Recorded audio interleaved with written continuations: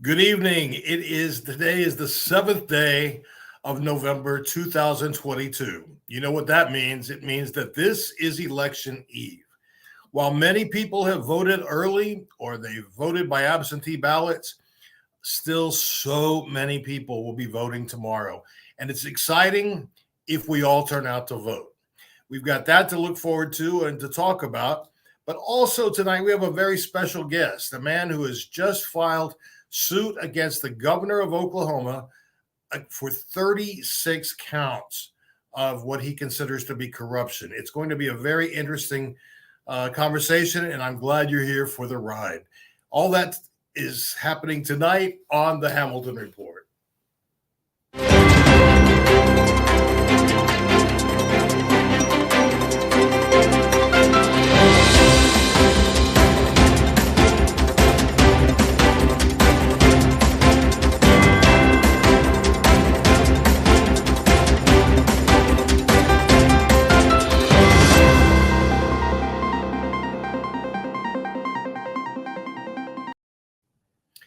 Well, like I said, it's that time, the time that we've all worked for, waited for.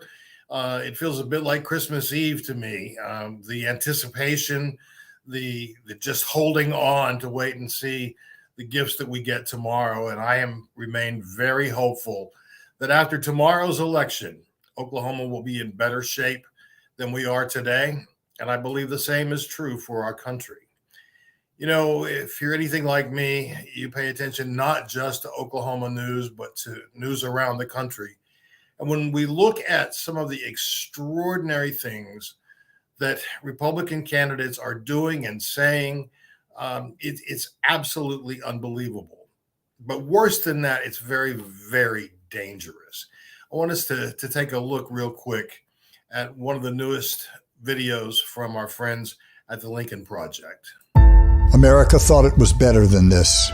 Better than weaponized hate and political assassination attempts. An example to the rest of the world, blessed with a tradition of peaceful, fair elections. Then came MAGA. Violence, hatred, and cruelty replaced the old Republican Party. When white nationalists, radical domestic terror groups, and QAnon crazies became the backbone of their MAGA party, millions of Republicans said, "Enough." Biden won with their support. Country over party, one last time. Soon, Trump will return. The worst of MAGA's extremist wing will dominate Washington. What you decide now decides what America looks like for a generation. You're making a choice. Their America or our America?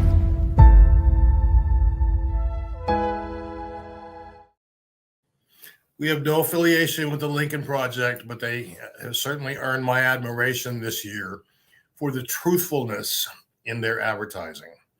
And sadly, I can't say the same thing for Oklahoma's governor, much less our Republican senatorial candidates, the things that they are saying. And I don't know if you caught this or not, but the Ryan Walters, who has got to be one of the most inept people to ever run for superintendent of public instruction, is now claiming that he's had serious conversations with teachers and administrators and school board members because schools are putting litter boxes in their schools for kids who identify as cats to use the bathroom. Friends, this has been debunked soundly, not just here, but every state that has tried to claim this nonsense. Now, as hard as it is to believe, a lot of people are believing this nonsense. And they're saying to Ryan Walters, oh, well, we can't have that. We don't want furries in our schools. They don't even know what a furry is. So I'm saying this because it's so important what we hear, what we discern. And my viewers are some of the most discerning viewers, some of the most discerning people that I know, because not only are you with us here on Monday evening? I hear from you during the week with your thoughts and your concerns, your anxieties, with your questions about what's being said on the other side. And I love that because we have to be informed. But now we're down to the wire. Stitt this weekend made a total fool of himself on Fox News. Now, for a Republican to make a fool of themselves on Fox News, that's saying a great deal. But he did. He embarrassed himself. He embarrassed the people of Oklahoma. And I've had enough of his embarrassment. And I think that you have too. That's why we have to be fully engaged in voting for our candidates. And Regina's saying, Joy, Gina, and Kendra, absolutely. But we can't stop there. We have great candidates running for lieutenant governor. Melinda Alzave-Hard has got such a heart for people. She would excel in that role. Consider Warigia Bowman, who's running for Corporation Commission. She is actually an expert in oil and gas and water law. She is somebody that we need on our side representing the people of Oklahoma at the Corporation Commission, not just the big utilities. You know, Stitt has tried to tie our candidates, and so has Walters, with President Biden. Frankly, that's not a bad thing in my book. I'm proud of the work that he's accomplished for Oklahoma and for Oklahomans. But he has done it in such a pathetically dark way that it begs the question, why is he so fearful that he has to lie by linking Joy Hoffmeister with President Biden? Well, you know the answer. He's running scared. Within the last week, he has loaned his campaign $2 million, well, $1.9 million to be exact, of his own money. Let me ask you this. Why would someone take $2 million of their own money for a job that pays $147,000 a year? That tells you that there's much more on his agenda than what he is touting, than what he has promised, because his friends have gotten very, very rich during his time in the governor's office. It's time to stop all of that. Well, our guest is someone who is working to stop that nonsense. He just filed on November 4th, so just a few days ago, a lawsuit against Governor Stitt and against the Attorney General. And I have to tell you that John O'Connor has not served the people as Attorney General, but rather as Trump's very own personal lawyer, suing everybody in sight that doesn't agree with the governor. But I just wanted to set that up for you as I welcome to our show Greg James, the man who is suing the governor. Greg, I'm so delighted that you could join us today on such short notice. No problem. I appreciate you inviting me, sir.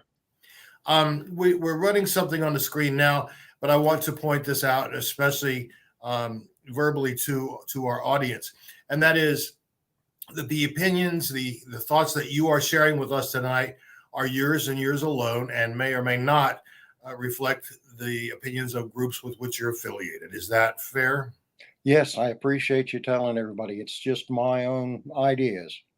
Well, I have to tell you something. I like your ideas. I like the way you think. And I'm going to, I'm holding the lawsuit right here.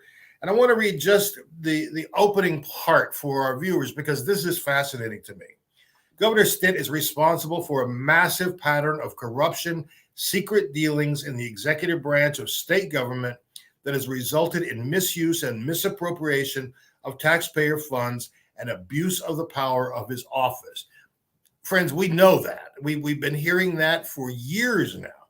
It goes on to say, under the direction of the governor, who wields the supreme executive power of the state, state officials have ignored laws and regulations of state agencies and have operated in secrecy in the dead of night to hide conflicts of interest, abuse of power exercised beyond statutory or constitutional authority, misused funds from the state treasury, and violated their constitutional duty to uphold and defend the Oklahoma Constitution. Governor Stitt the suit alleges, is guilty of dereliction of duty and failure to exercise that duty as a reasonable person would under the circumstances that surround an action. Greg, those are fighting words, and I'm proud to read them and share them with our audience because these are things that we've been saying, and it's as if this man is coated in Teflon because he's really good at deflecting and blaming everyone for his own actions or inactions. So, give us a little background. This didn't just pop into your head one day last week. This has been going on for some time. Tell us about that. Well, Scott, it began for me with my involvement with a veteran service organization and the appointment process back when he was first elected to office for a position on the Oklahoma Veterans Commission. And the statute is pretty simple. It indicates that the veteran service organization that has a spot on that commission, which oversees the Oklahoma Department of Veterans Affairs, the Veteran Service Organization, or VSO, needs to submit to the governor, the Secretary of State, the President Pro Tem of the Senate, and the Speaker, two different types of affidavits, a financial and a performance affidavit, by December 31st of the year before that organization's spot on the commission expires. And that was not done. Another one appointment back from where we are now. And they also failed to follow the second part is if you have filed those reports in the appropriate places in the appropriate time, then the organization is to submit from its state executive committee a list of 5 qualified individuals from which the governor will select one. Well, it didn't occur and nobody listened to me. And so I finally went and we forced the issue into our Constitution and bylaws by putting the entire statute there. And so a year or so ago, I warned everybody in the September before the December 31st filing due date as a member of our executive committee for the state. I won't tell you what they told me, but it wasn't done. And then that made us ineligible to have a candidate. But nobody listened to that, and they went ahead and did not submit 5 names to the executive board for consideration. Then they added the current incumbent to make 6, and it was never presented to the executive board for submission to the governor. I went through a process of trying to tell everybody, including Senator Simpson from Ardmore, who was the one who had cleaned up this statute 4 or 5 years back. Or actually back in 2012, he started. And I can't tell you the number of Republican operatives that I went to in the government, and they just blew me off, would not even call back or respond. I started with the governor's chief of staff, and that was a brick wall. So that's when I started getting more involved as to listening. Now, I've been a registered Republican voter for most of my adult life, at least the last 25 years. And you're still a Republican, right? I am. I'm not going to change affiliations. I don't think they matter that much. They never did in our family anyway. It's something that they just stonewall on, and I decided I'd keep my ear to the ground and started hearing bad things. And so that's when I started keeping a list. And then what blew it wide open for me was the way things were going at the Oklahoma Department of Veterans Affairs with the commission that's supposed to be in charge and isn't. And when they do, it's a rubber stamp of what Mr. Stitt wants, which I understand happens with commissions. But the way he handled the Order of the Purple Heart individuals, who were the chair and vice chair, I believe, of the commission, that just blew it open for me, and I really dug in, and I've got, I think, 36 different counts. Of course, they build upon each other. Sure. So that's But where I'm coming from.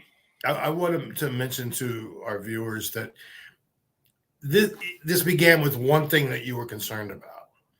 And as you paid attention, you became concerned about a wide range of things that were happening in the governor's office by the governor. And, as we tell people, vote your values, vote for people who will support your values and not work to undermine them. So whatever that kernel is that's important to you, then you run with that in the same way that Greg has run with this. Now, 36 different counts. That's not insignificant. I think you could have added some more to this, but I'm very happy with the 36. I will tell you that. This is a question that I've been asked today. Why did you wait until the week before the election to file this lawsuit? Well, part of it was it takes a long time to put one together this complicated. I've been involved in, I'm a retired attorney. I had to quit practicing for medical reasons, thanks to the Army, and now I'm better. But it takes a long time to develop all these things. And from the positions you've held, Scott, you understand what it takes to try and get to at least a less murky state when there are cover-ups going on. Of course. And just as an example, in the Veteran Service Organization issue I was telling you about, the long story, I went and found the lady in charge of those filings for the Secretary of State, who assured me that there had not been one filed since 2001. And then out of the blue, after I kept raising a stink at meetings and on the record, out of the blue, they said, "Oh, well, we found it. It was just misfiled. 4 copies, one that was supposed to be in, the Senate, one in the House, and one in the governor's office, just poof, popped up, but only one." So that was part of what I was dealing with. And the other is that, I don't want to slam anybody in the Fourth Estate, but nobody's really focused on the full facts of these. I mean, I start off with the commissioners of the land office because I think that's one of the most egregious. Is I have a grandson who's in grade school, and the failure to follow the law. And that's what this is all about, is we have laws, follow them. Don't be a bully, follow the law. It's there to protect everybody from bullies. It's there to make sure that we run the state efficiently and with transparency. And that simply wasn't occurring. But I started with the commissioners of the land office, and I work all the way through to end up again with education on the EPIC charter schools. Mm-hmm. And we have everything from losing out on money to giving away money that we have to pay the feds back. And we have people that have conflicts of interest who are receiving state salaries while they are being paid. And here I'm speaking of Mr. Chambers, I believe is his name, the check. No, wrong group there. Where they're out in the it's the commissioners of the land office, gentlemen. I started getting them all confused. Anyway, he has an outfit he is the executive director for that's out lobbying for all of these policies that have become the policy of Governor Stitt and his Secretary of Education. Mm-hmm. And he's getting paid by both. Now, we know he makes $40,000 from the state as Secretary of Education, and we think he gets something over $100,000 from Every Kid Counts. I got the number of 124,000 from them. Well, that again is part of the lack of transparency I ran into. Um, and even before that, before Governor Stitt appointed him, why would he pick Mr. Chambers when he had been the CEO of a company that went bankrupt that had underpaid the commissioners of the land office on royalties that were due by around $200,000? Yes. Doesn't make a lot of sense to me. And we keep running into that where there are all of these fiduciary duties. And commissioners of the land office to me is super important because that's the trust that funds education when there's nothing else. And until this blew up, most Oklahomans had never even heard of that commission. And I'll be honest, I hadn't either. And when I saw the double dealing that was going on, the buffoonery, and I'm keeping the legal terms out of it because I have opinions on those as well.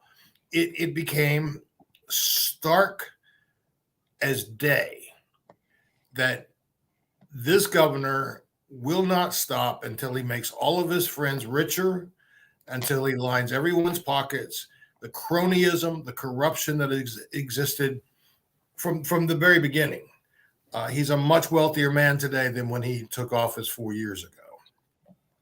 Well, I can't prove a lot of things, but I do know that the czar of personal protective equipment during the pandemic that he selected, Mr. DeMarco, who, first of all, and I have a real problem with this because my father helped develop the electronic bidding and management system for ODOT and for all the departments of transportation across the country.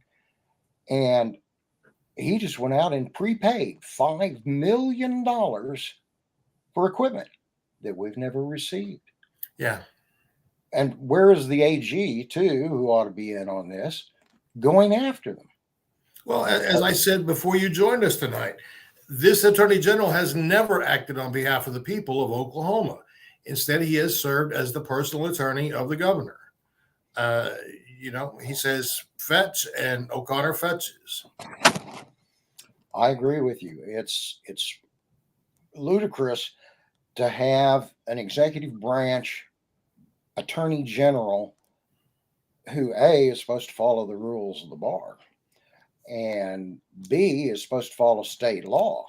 And that's before we even get to all the federal regulations, for instance, on what's happened over the monies on the public health lab and the state pandemic center, which has never been built after 2 years and $30 million being allocated for it. There is, then you get, besides the improper delegation of authority that the AG should be stopping, should be advising the governor. I understand that's one of his constitutional roles, but Mr. O'Connor should be saying, Governor, you can't let Mr. DeMarco be sending out this money, first, because it violates the law to prepay, and then second, it's an improper delegation of powers because Mr. DeMarco is not a state employee, certainly not a Department of Health employee. So where does he come off doing that? And then he turns right around and gets to line his pockets over in the Swadley problems. He gets to have good insider information, and first he buys some land down by the proposed area, and then after that, he starts on this development with all the inside information on the marina that's going to be built 3 miles away. And that came directly from his work on the land office. So it's just not right. It's bullying, and it's definitely lining somebody's pockets, not mine. Nor mine. Greg, I know that there had been no comment from the governor with local media. Have you heard anything back from his attorneys at all? Nothing. No. So this is just he's going to pretend like this isn't even happening, and but the good news is that this lawsuit will not end when his term ends. And that's a beautiful thing, because we can still hope that he will be held accountable. Nancy Presnell, who's joining us from Enid tonight, asked this question: could this be a class action suit? And I don't know how to answer that. Tell us, Greg. Well, I can't give you a legal opinion. Uh, what I can tell you is that the Constitution says any taxpayer can bring this type of action. And sure, other people could join in on it. Believe me, this is not something where a person's going to make any money for themselves as the plaintiff. It is possible, if the court finds that every single count is meritorious, then the plaintiff or plaintiffs could be reimbursed for their court costs and their attorney's fees. But other than that, there's nothing to be gained by it. Except for the people of Oklahoma. And absolutely. You know, and that's what excites me about this, because you're doing something that, I mean, you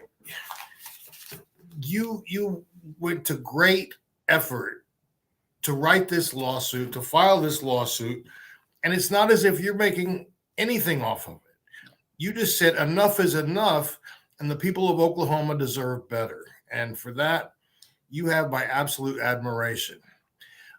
Greg, like I said, this is going to be going on for a while, so I'm going to ask that you and I stay in touch, because I'd like to have you back in the new year to talk about progress and to see if there's anything that our viewers can be helping with, because this is a big deal for the people of Oklahoma. It's time that the dark curtain is ripped away and we can see what's really happening in our state.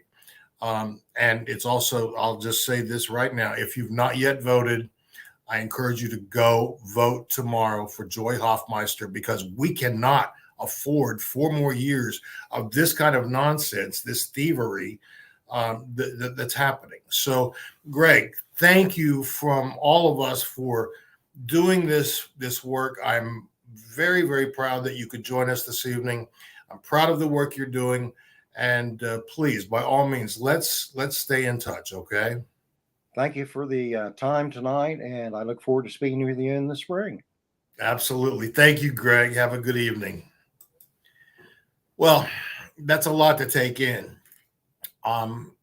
We will actually post this on our website and make it available to you next week. We're not going to make any promises until then, but it's something that I would like for you to be able to have access to.